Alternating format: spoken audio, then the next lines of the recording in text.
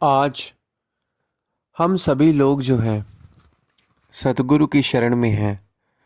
सतगुरु की आगे और मौज में चलते हैं। लेकिन हम में से जो कुछ लोग हैं वो सतगुरु की आगे और मौज में चलते भी हैं, लेकिन तब भी कहीं ना कहीं नाना प्रकार के विचारों को सोचते हैं, डर से संबंधित चीज़ों को सोचते रहते हैं और इसी चक्कर में जो है अपने मन को फंसा कर रखते हैं। कहते हैं सतगुरु का बताया हुआ यह अभ्यास कर लिया तो हर डर से मुक्ति मिल जाएगी, हर डर से छुटकारा मिल जाएगा।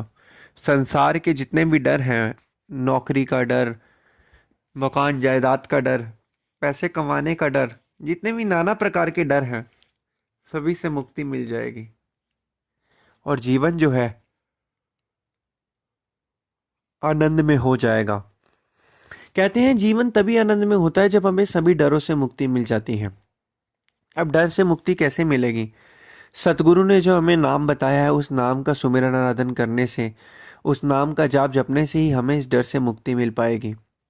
जितना जितना हम सतगुरु का नाम जपेंगे, सतगुरु का ध्यान जितना हम करते रहेंगे, हमारे मन के अंदर उतनी शांति होती रहेगी और हमें डर से मुक्ति मिल जाएगी। पुराने समय में जितने भी ऋषि मुनि योगी होते थे, जो घोर तपस्याएं करते थे, क्या प्राप्त करने के लिए? ये भक्ति की शक्ति को प्राप्त करने के लिए।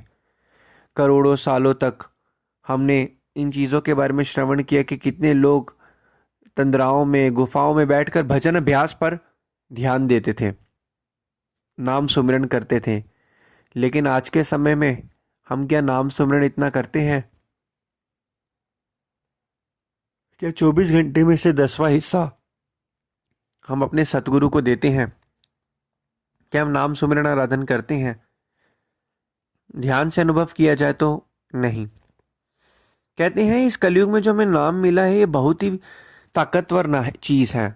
हमने देखा होगा जब बड़े बड़े संत समागम होते हैं, इतनी भीड़ एकत्रित होती है, सतगुरु हमें सत्संग सुनाते हैं। वो नाम की ही शक्ति है कि इतनी जो भीड़ होती है, इतना एक समागम लगा होता है, वो एकत्रित होता है। यही चीज़ जब वहाँ पर एकत्रित हो सकती है, जब वही नाम जो सतगुरु ने हमें बख्शा है, जब तक हम उस नाम को नहीं जपेंगे तो हमें कैसे अंदर शांति मिलेगी? हमारे अंदर ही जो है वो ताकत भर जाएगी। कहते हैं कि हमेशा अपने मन को खाली करने का सोचो। हमेशा, भले ही हम जिंदा हैं, लेकिन जीते जी हमें क्या अभ्यास करना है? हमें यह अभ्यास करना है कि हमारा मन हमेशा खाली रहे, संसार के विचारों से, संसार की चीज़ों से हमेशा खाली रहे। अभ्यास, अभ्यास का मतलब क्या होता है? किसी भी चीज़ को पाने के लिए हम लगातार जब प्रयास करते रहते हैं तो एक ना एक दिन हमें वो चीज़ प्राप्त हो जाती है। चाहे वो चीज़ संसार की हो, चाहे वो चीज़ कहीं की भी हो, चाहे हम भक्ति में अभ्यास करें, कोई भी चीज़ को जब हम प्राप्त करते हैं, प्राप्त करना चाहते हैं, तो हमें उसका निरंतर लगातार अभ्यास करना होता है।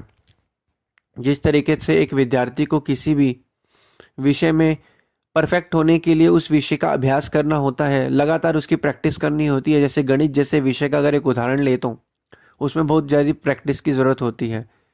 इसी प्रकार जितना जितना हम जो है अभ्यास करेंगे, अभ्यास किस चीज़ का? भजन अभ्यास करने का, सतगुरु का नाम जाप जपने का, सतगुरु की आज्ञा और मौज में चलने का। जितना जितना हम अभ्यास करेंगे उतना उतना हमारे मन को अंदर ही अंदर शांति मिलती रहेगी और जीवन आनंद में बीतेगा।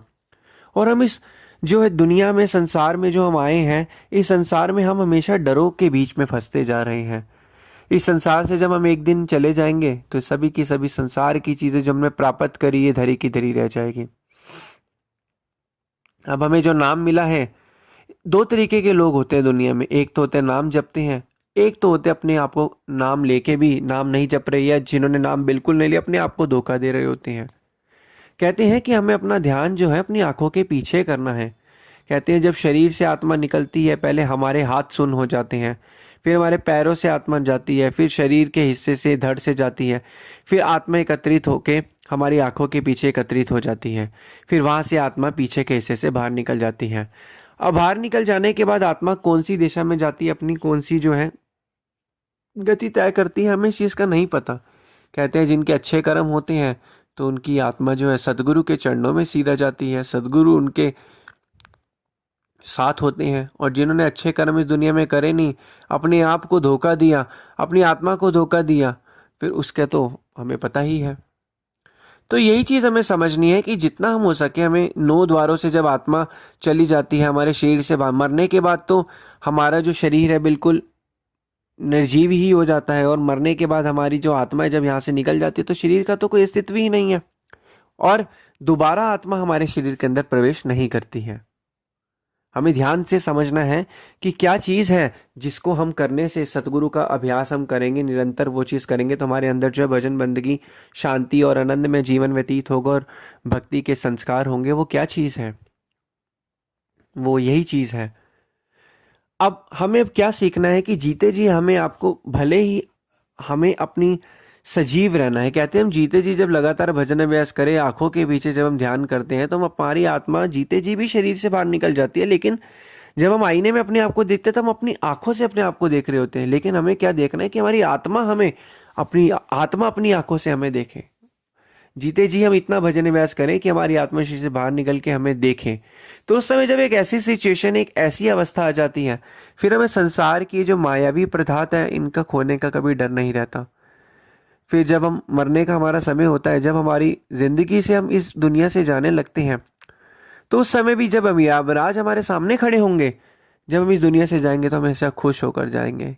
कह रहे हैं कि दुनिया में बहुत से लोग आते हैं, कुछ लोग जो होते हैं पूरी ज़िंदगी मिलती है लेकिन कुछ करके नहीं दिखा जाते, लेकिन कुछ लोग जो होते हैं कुछ समय मिलता है, उस कम समय में भी नाम कमा के चले जाते हैं। तो यही चीज़ सीखनी है हमें कि भजन अभ्यास भी करना है, भक्ति भी करनी है और नाम सुमिरन आराधन करना है। ये जन्म यूं ही नहीं मिला गंवाने के लिए, गनीमत ये वक्त मिला है प्रभु को पाने के लिए। तो जितना जितना ये नाम जो है,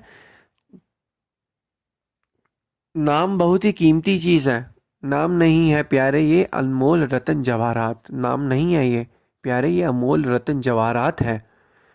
ये इसे कोई आम नाम ना समझे। ये वैसा नाम है जो इस घोर कलयुग के अंदर आपको आत्मिक शांति और आपको सभी चीज़ों से, सभी डरों से मुक्ति दिलवाएगा। और कहते हैं संसार में हर एक इंसान कुछ ना कुछ प्राप्त करना चाहता है, और ये जब ये नाम का सुमिरन आराधन जब ये जीव जपता है तो उसको धीरे धीरे करके अभ्यास करता रहता है, तो उसको धीरे धीरे करके सभी चीज़ें मिलती हैं। आप नाम जपो तो सही। क्या हम नाम जपते हैं? क्या हम दिन में सतगुरु को समय देते हैं? बिल्कुल भी नहीं। यही तो चीज़ हम गलती कर देते हैं। एक बारी नाम जप के तो देखें। जब धीरे धीरे हमारा मन अभी संसार के अंदर लगा हुआ है, हमें अपने मन को खाली रखना है। खाली का मतलब अपने मन को विचारों से मुक्त कर देना है। कोई भी विचारों को हम इसमें बैठने नहीं देना, खाली रखना है। जितना जितना हम नाम जपते रहेंगे उतना उतना हमारे मन के अंदर शांति आती रहेगी, आनंद आता रहेगा। संसार की सभी चीज़ें हमें प्राप्त होंगी। बस शर्त क्या, अपने मन के अंदर हमें यह लालच नहीं रखना कि हम नाम जपेंगे तो हमें संसार का सब कुछ मिलेगा। तुम अपने कर्म करो, अभ्यास करो। देने वाले तो सतगुरु बैठे हैं, तुम उनके लिए समय तो निकालो, वो तुम्हारा समय बदल देंगे। अगर तुमने उनके लिए समय निकाला तो वो तुम्हारा समय बदल देंगे।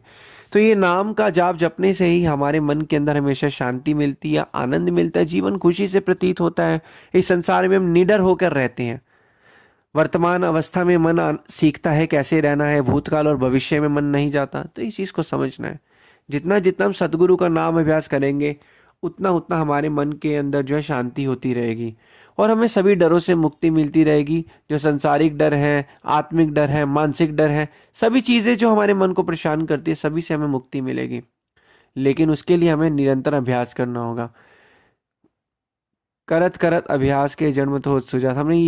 हमने सभी ने श्रवण किया कि जितना जितना हम अभ्यास करते रहेंगे उतना उतना हमारे मन को शांति मिलेगी, उतना उतना हमारे अंदर जो है एक शक्ति, एक प्रभु नाम की शक्ति जो है वो धीरे धीरे बढ़ती जाएगी।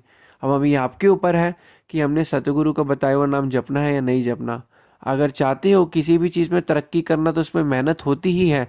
इसी प्रकार अगर आपको तरक्की करनी है भजन अभ्यास और भक्ति मार्ग पे, तो आपको सतगुरु की आज्ञा और मौज में चलना होगा, उनके बताए गए नाम को जपना होगा।